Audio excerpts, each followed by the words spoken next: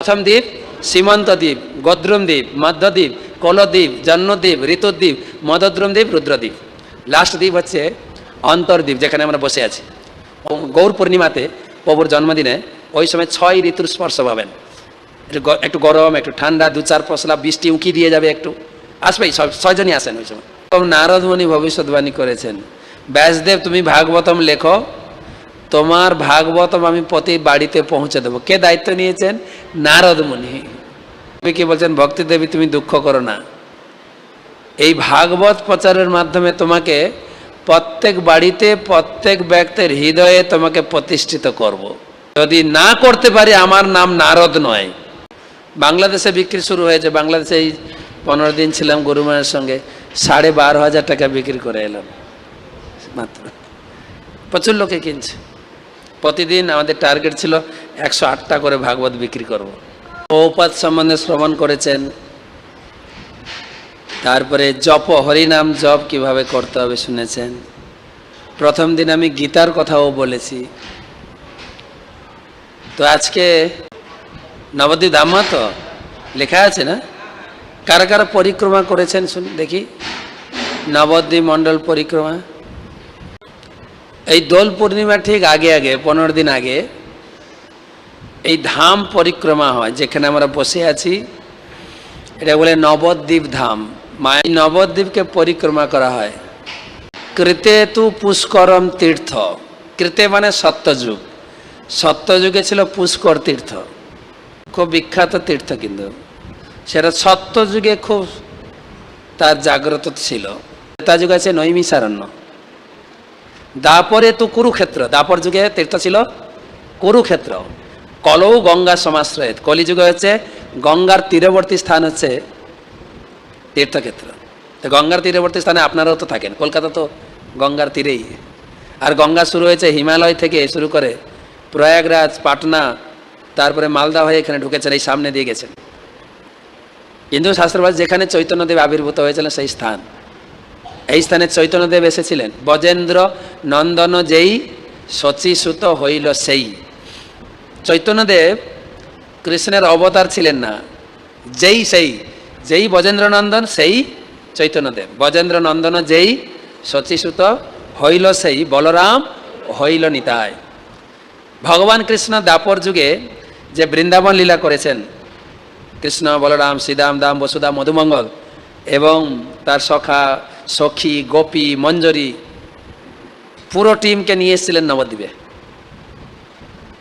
তফাৎটা ছিল একটাই। শাস্ত্রে বলছেন যে শ্রীকৃষ্ণ চৈতন্য প্রভু জীবে দয়া করি, সপার্শ্বত স্বীয় ধাম সহ অবতরী। শ্রী চৈতন্যদেব তিনি জীবে দয়া করে এখানে এসেছিলেন। তিনি তার পার্শ্বদ এবং ধাম তিনি নিয়ে এসেছিলেন। ভগবান ওই জগতে আসেন, পুরো নিজস্ব স্টেজ নিয়ে আসেন। এই স্টেজটা হচ্ছে ওনাদেরই, পুরো নবদ্বীপ ধাম। এবং প্লেয়ার কারা ছিলেন, অভিনেতা কারা ছিলেন, সব ওখান থেকে নিয়ে এসেছিলেন, এখানকার কেউ ছিলেন না।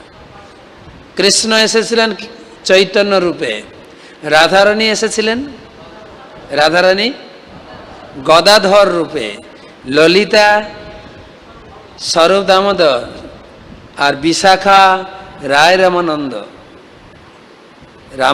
আমাদের রাধারানীর পিতার নাম কি ছিল, কি নাম? বৃষভানু মহারাজ।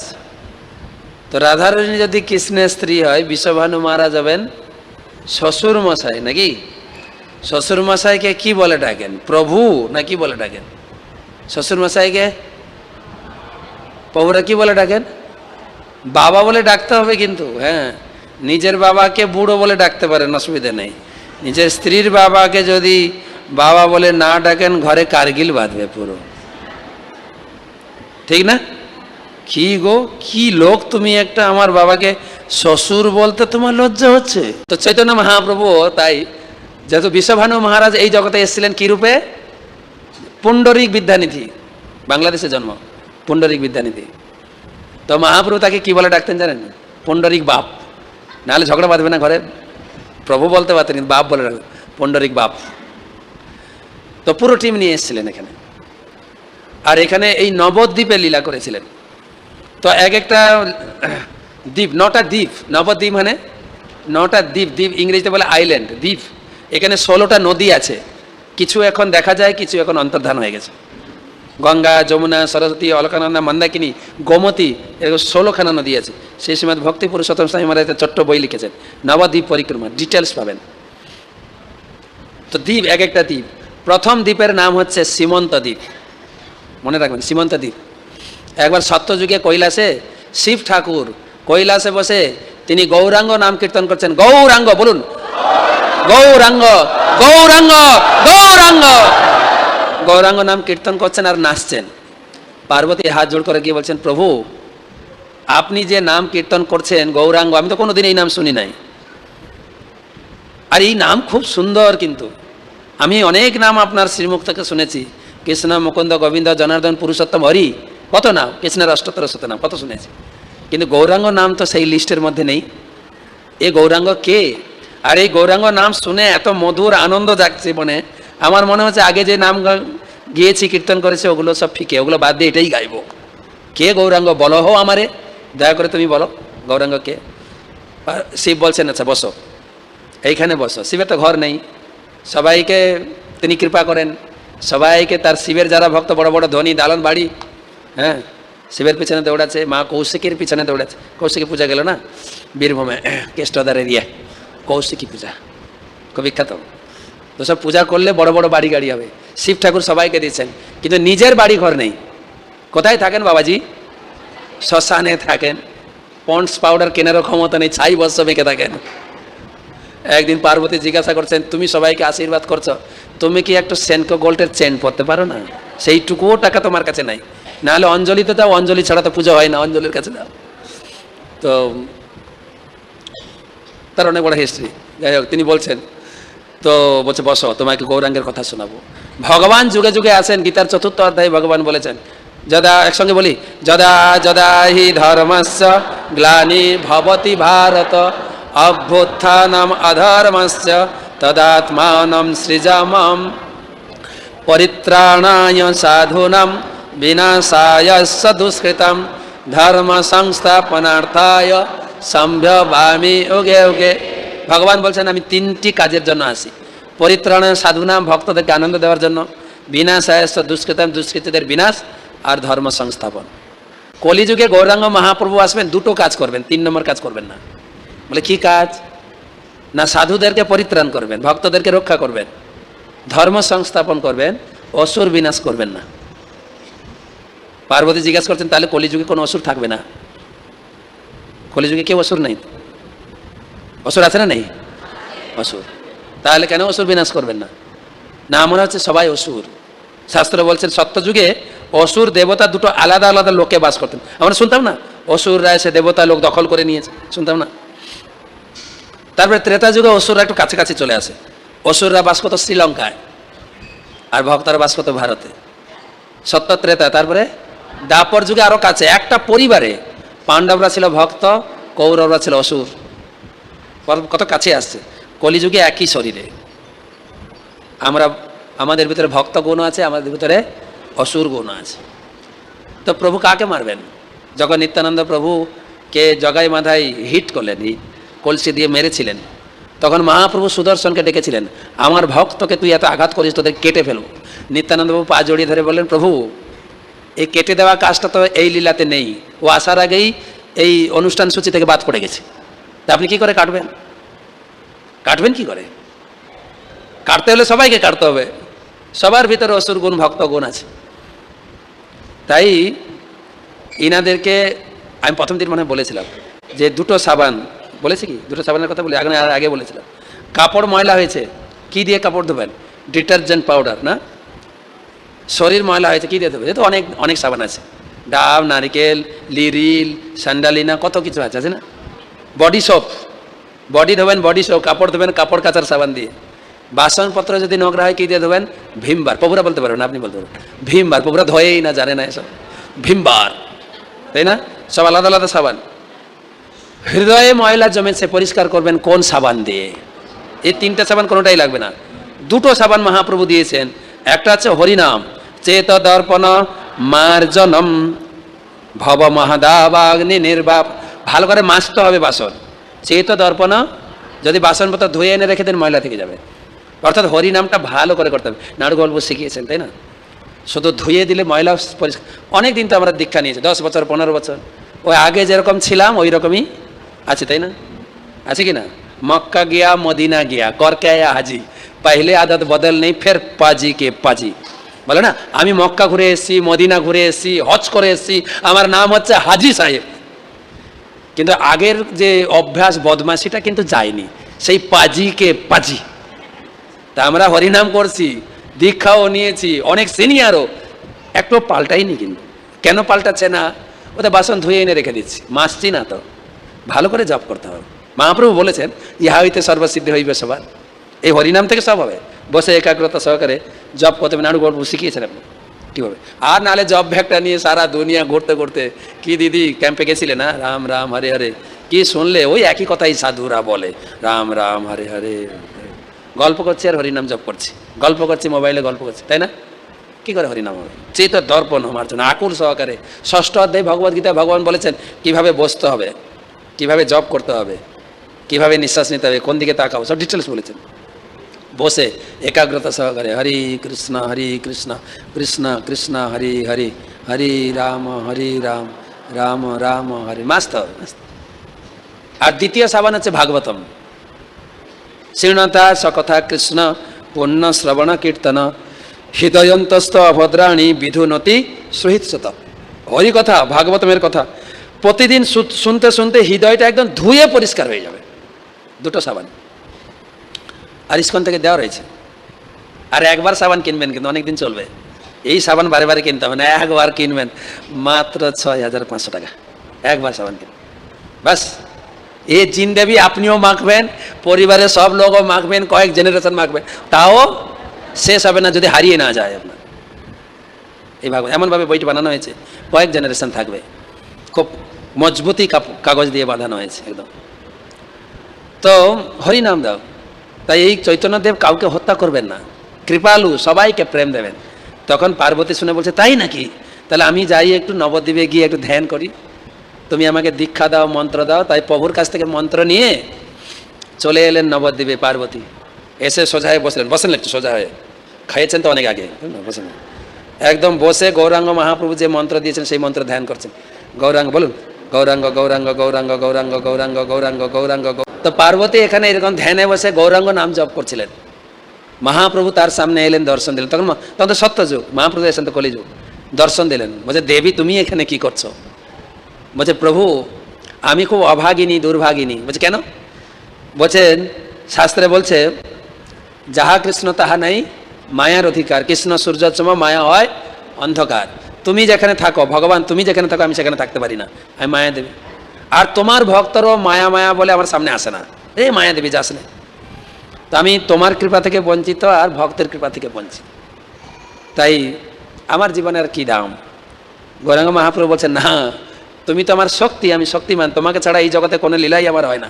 তুমি বৃন্দাবনে যোগমায়া, আর যারা ভক্ত নয় বহির জগতের কাছে তুমি ত্রিশূল ধারিণী মহামায়া। একই ব্যক্তি, তুমি ছাড়া আমার কোনো লীলাই হয় না। তো অনেক বড় আলোচনা আছে চৈতন্য মঙ্গলে। তো শেষমেশ পার্বতী প্রণাম করেছেন, এরকম না কিন্তু, হ্যাঁ একদম মাথা ঠুকিয়ে প্রণাম করেছে। পার্বতী কালচার জানে, যেটা আমরা কালচার জানি না।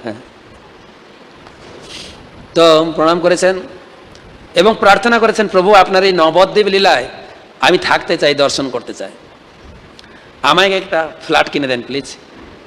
তো মহাপ্রভু তার জন্য একটা কলিযুগে ফ্ল্যাট কিনে দিয়েছেন। এখন ওই বাড়িতে বাসা আছেন। কোথায় জানেন? আপনি তো কলকাতার লোক, মানে এই রাস্তায় যাবেন না, কৃষ্ণনগর নবদ্বীপ হয়ে যদি যান, নবদ্বীপের ঘাটে উঠলেই একটা বিশাল বটবৃক্ষ আছে, তার নিচে তিনি আছেন। তার নাম হচ্ছে পৌড়মায়া দেবী। পাশে আছেন শিব ঠাকুর, স্বামী স্ত্রী থাকেন। কিন্তু লোকে সাধারণত অপভ্রংশ হয় সেই জায়গার নাম বলে পোড়ামাতলা, পৌড়মায়া মন্দির। আমার গুরু মহারাজ বলেন, এখানে মায়াপুরে এলে নবদ্বীপ যাবে, পৌড়মায়া দেবীকে প্রণাম করে আসবে। তাকে প্রণাম করলে তিনি গৌর ভক্তি দান করবেন তোমাকে। তো তারপরে গৌরাঙ্গ মহাপ্রভু চরণে ধুলে নিয়ে তিনি মায়ের যে সিঁদুর পরেছেন সিঁথিতে লাগিয়েছেন। সংস্কৃতে এই সিঁথিকে বলে সীমন্তী, সীমন্ত বা সীমন্ত। সীমন্ত, সেই জন্য সেই পার্বতীর নাম সীমন্তিনী মাতা। পার্বতী এই নবদ্বীপের ধুলি কৌটা করে নিয়ে গেছেন, প্রতিদিন পরেন। আপনারা তো খুকুমনির পাউডার পরেন মনে হয়, আর মা পরেন কি নবদ্বীপের ধুলি নিয়ে গেছেন, প্রতিদিন পরেন। এই ধুলির মাহাত্ম্য এখানকার। তো ইন্দ্রকে ভগবান বললেন, ইন্দ্র দেবদেবীর পূজা লোকে করবে, যারা আমার পূজা করবে না তারা দেবদেবীর পূজা করবে, এটা আমি শাস্ত্রে বলেছি।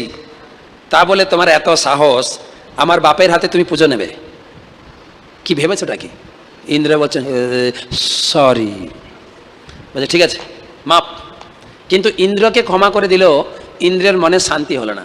কোনো বড় ব্যক্তি যখন ভুল করে না, তার ভিতরে গ্লানি থেকে যায়। তখন তিনি চিন্তা করলেন, এই দাপর যুগে কৃষ্ণলীলায় তো আমার অপরাধ হয়ে গেল, কলিযুগে আবার ভগবান আসবেন, কলিযুগে আমি যাই, নবদ্বীপে আগে থেকে কিছু ব্যবস্থা করে যাতে অপরাধ না হয়। তাই নবদ্বীপে গদ্রুমদ্বীপে এসেছিলেন, তপস্যা করেছিলেন, সেখানে তপস্যা করেছিলেন। তখন মহাপ্রভু জন্মগ্রহণ করেননি। মহাপ্রভু আবির্ভূত হয়ে বললেন যে কি চাই বলুন দেবরাজ ইন্দ্র। বলছে প্রভু আমাকে আর সম্মান দিয়ে কথা বলেন না, আমি একটা গভেট, যা অপরাধ করেছি আপনার চরণে। বলে কি চান আপনি? না এই নবদ্বীপ লীলায় যেন কোনো অপরাধ আমি না করি, সেই আশীর্বাদ করুন। তা মহাপ্রভু বললেন নবদ্বীপ লীলায় তো কারোরই অপরাধ আমি নেব না, সবাইকে শুধু আশীর্বাদ করব। তো সেই লীলা হয়েছিল গদ্রুম দ্বীপে। সেখানে রয়েছে ভক্তিবিনোদ ঠাকুরের বাড়ি, যেখানে এই মন্দির 200 বছর আগে এই মন্দির তিনি দেখেছেন। যে টিএপি মন্দির হচ্ছে না, ভক্তিবিনোদ ঠাকুর রাত্রে দেখেছেন মন্দির, তার ছেলে বিমলা প্রসাদকে দেখিয়েছেন, দেখো তো উজ্জ্বল জ্যোতি সম্পন্ন একটা মন্দির দেখতে পাচ্ছে। হ্যাঁ, তাই প্রভুপাদ বলেছেন এই মন্দির 200 বছর আগে ভক্তিবিনোদ ঠাকুর দেখেছেন। তা আমাদের ডিউটি হচ্ছে ইট পাথর দিয়ে বানিয়ে লোককে দেখানো। কেউ যদি এই মন্দিরে একটু সাহায্য করে, কেউ একটা ইট দান করবে, কেউ একটা ইট তুলে দেবে মাথায়, কেউ কিছু দান করবে, সাক্ষাৎ ভক্তিবিনোদ ঠাকুর এসে আপনার হাত ধরে ভগবত ধামে নিয়ে যাবেন। সামনে 2024 সালে হয়তো মন্দির খুলে দেওয়া হবে। সারা ভাগবতমের যে বর্ণনা, 14 ভুবনের বর্ণনা, এখন ভাগবত কিনবেন তখন শুধু ভিতরে ঢুকবেন, ওই প্রদর্শনী দেখলেই পুরো ভাগবত আপনার উপলব্ধি হয়ে যাবে। এইভাবে তৈরি হচ্ছে মন্দিরটা। তো গেছেন তো, দর্শন করতে গেছেন না? এবারে জাননি, সময় থাকলে যাবেন। তারপরে ভক্তিবিনোদ ঠাকুরের বাড়ি নরসিংহপল্লী, দেবপল্লী, হরিহর ক্ষেত্র, অনেকগুলো আছে। সাক্ষাৎ নরসিংহদেব অবিলম থেকে এখানে এসে বাস করছে।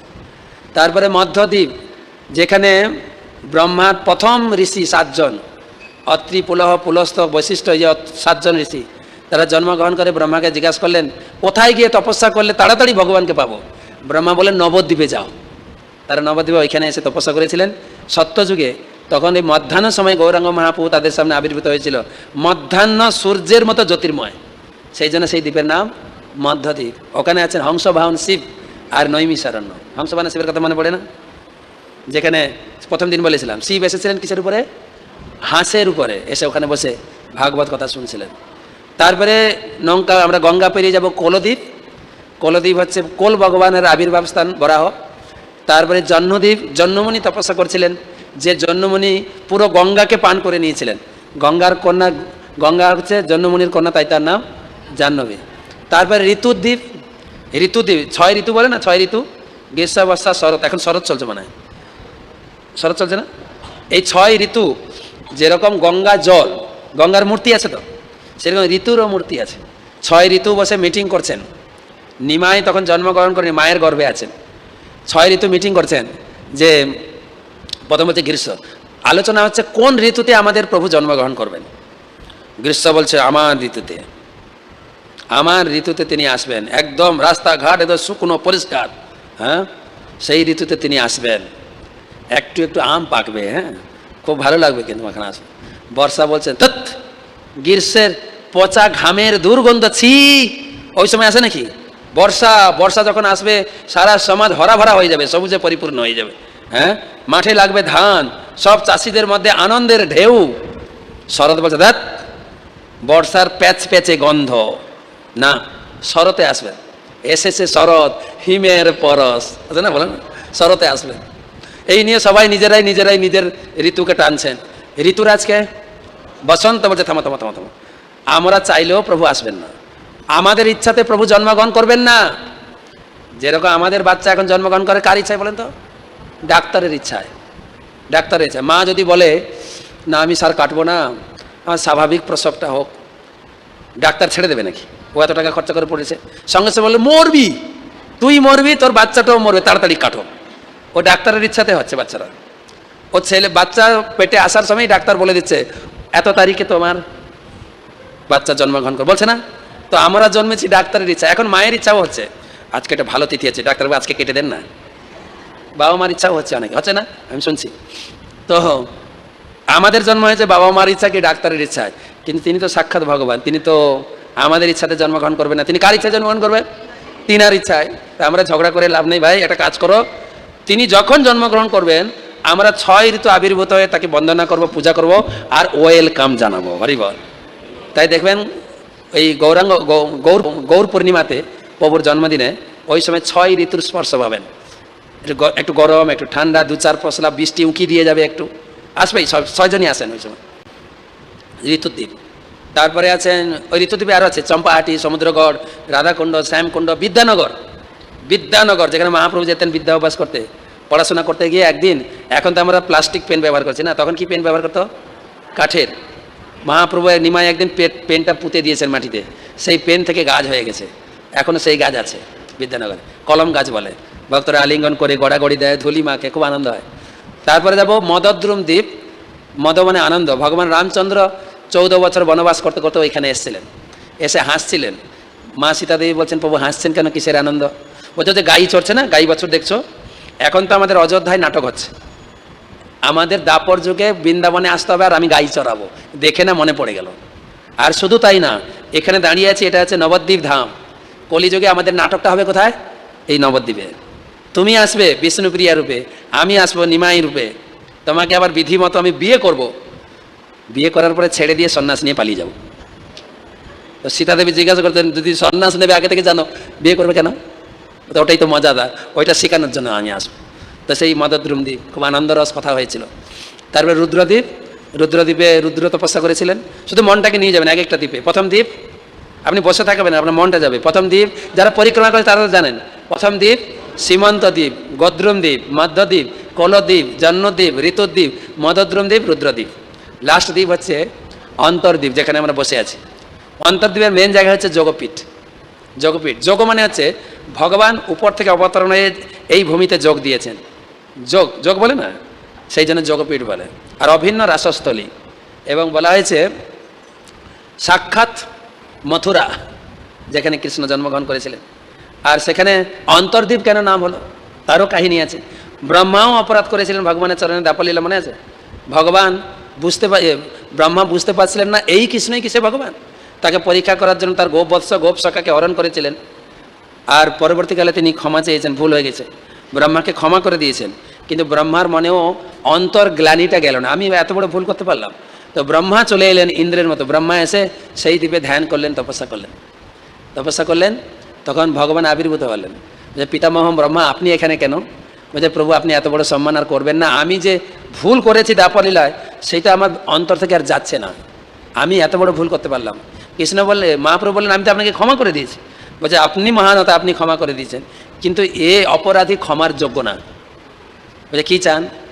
বলছে এই পদ পজিশনের জন্য ভুলটা হয়, যার যত বড় পদ তত বড় ব বসান, পদের সামনে ব বসালে কী হবে? বিপদ। আমাদের গুরুদেব শ্রীমৎ সুভক স্বামী গুরু মহারাজ বলেন, চলতে চলতে যদি হোঁচট খাস পাটা ছিঁড়ে যাবে, যদি 1 তলা থেকে পড়িস হাড় গোড় ভাঙবে, 10 তলা থেকে পড়িস খুঁজেই পাওয়া যাবে না তোকে। যার যত বড় পথ তার তত বড় বিপদ। আমরা বর্তমান খুব অভ্যাস হয়ে গেছে না, যে ঘটনা সব দেখছি, এত বড় ব্যক্তি, হ্যাঁ, তার কি বিপদ। তো সেই জন্য আমার বড় পথ, একটা কাজ করেন প্রভু, আমাকে পথ থেকে হাঁটিয়ে দিন, আমাকে একদম নিচু কুলে জন্ম দিন। মহাপ্রভু বলেন ঠিক আছে, নবদ্বীপ লীলায় একজন প্লেয়ার আমার লাগবে, অভিনেতা লাগবে, সেটা আপনাকে কাজে লাগাবো। আপনার জন্ম হবে যবনকুলে, 3 লক্ষ মালা জপ করবেন। আর নাম জপ করতে গেলে যে কত গঞ্জনা, কত শাস্তি ভোগ করতে হয় আপনি দেখাবেন। নাম জপ করতে গেলে কত সহ্য করতে হয়। আপনি 16 মালা জপ করেন, পাড়া পড়েছে কটুক্তি করে, হ্যাঁ বড় ভক্ত হয়ে যায়, হরে কৃষ্ণ হরে কৃষ্ণ হরে কৃষ্ণ। আবার যদি কোনো ভালো তিথিতে 1 লক্ষ মালা জপ করবেন, আপনাদের ভক্তরাই বা আমাদের ভক্তরাই বলবে বেশি হয়ে গেছে, গুরুদেব তো 16 মালা জপ করতে বলেছে, বেশি হয়ে গেছে, 1 লক্ষ মালা জপ। হ্যাঁ, আর যদি 3 লক্ষ মালা জপ করেন পিটুনি খাবেন, পিটুনি। হরিদাস ঠাকুর পিটুনি খেয়েছেন না? তো সে হরিনাম করতে গেলে যে কত কটুক্তি, কত লাঞ্ছনা গঞ্জনা সহ্য করেও হরিনাম ধরে রাখতে হয়, সেটা আপনাকে দিয়ে দেখাবো। আপনার নাম হবে নামাচার্য হরিদাস। তাই ব্রহ্মার অন্তরের প্রার্থনা মহাপ্রভু পূরণ করেছিলেন, সেই জন্য সেই দ্বীপের নাম অন্তর্দ্বীপ। আমাদের গুরু মহারাজ শ্রী শ্রীমৎ জয়প্রতাপ স্বামী গুরু মহারাজ উনি বলেন, মায়াপুরে এলে অন্তর্দ্বীপে যাবে, যোগপীঠে যাবে, ওখানে মহাপ্রভু বিষ্ণুপ্রিয়া, লক্ষ্মীপ্রিয়া, জগন্নাথ মিশ্র, সচিমাতা আছে, তাদের কাছে প্রার্থনা করবে, তোমার অন্তরের সমস্ত বাসনা তারা পূরণ করবেন। সেই জন্য সেই দ্বীপের নাম অন্তর্দ্বীপ। তো এই হচ্ছে 9টা দ্বীপ। আরেকবার মনে করাই, প্রথম হচ্ছে সীমন্তদ্বীপ, গদ্রুম দ্বীপ, মধ্যদ্বীপ, কলদ্বীপ, জন্মদ্বীপ, ঋতুদ্বীপ, মদদ্রুম দ্বীপ, রুদ্রদ্বীপ, লাস্টটা জোরে, লাস্টে অন্তর্দ্বীপ। সত্যযুগে এই দ্বীপে নরসিংহদেব এসছেন। ত্রেতা যুগে কে এসছেন? এখনই বললাম, রামচন্দ্র, লক্ষণ, সীতা এসছেন। দাপর যুগে কৃষ্ণ বলরাম এসছেন। কলিযুগে কে এসছেন? চৈতন্যদেব এসছেন পুরো টিম নিয়ে। পার্বতী এসেছেন, ব্রহ্মা এসেছেন, শিব এসেছেন, ইন্দ্র এসেছেন। এবং নিমাই যখন মায়ের গর্ভে ছিলেন, রাত্রে সমস্ত দেবদেবীরা আসে নিমাই সচিমার গর্ভ বন্দনা করতেন, পূজা করতেন। এই হচ্ছে সেই ধাম, সেই পবিত্র ধাম। সমস্ত দেবদেবীর চরণধুলা রয়েছে এখানে, ব্রহ্মার চরণধুলা, শিবের চরণধুলা আছে এখানে, সাক্ষাৎ চৈতন্য মহাপ্রভু পার্শ্বদের চরণধুলা। সেই জন্য প্রতি বছর গঙ্গা একবার আসে এই চরণধুলাকে ধোয়ার জন্য, বয়ে নিয়ে যাওয়ার জন্য, বন্যার নাম করে ঢুকে যায় চরণধুলায় মাথায় মাখার জন্য। গঙ্গা দেবী প্রতি বছর আসে, জাগ্রত গঙ্গা এই গঙ্গা। তো এই ধামে আপনারা 3 দিন থাকলেন। 3 দিন শাস্ত্রে কি বলেছেন যে 100 বর্ষে সপ্ত তীর্থে মিলে যাহা ভাই। আপনি যদি 100 বছর বাঁচেন, 100 বছর ধরে তীর্থ ভ্রমণ করেন, 7টা মুক্তি তীর্থ আছে, গয়া, কাঞ্চি, কাশী, হরিদ্বার, দ্বারাবতী, এগুলো রয়েছে। কটা? 7টা। 100 বছর যদি আপনি ঘুরেন, শুধু ঘুরবেন, যা পুণ্য অর্জন করবেন, নবদ্বীপে 1 রাত্রে বসে তাহা পায়।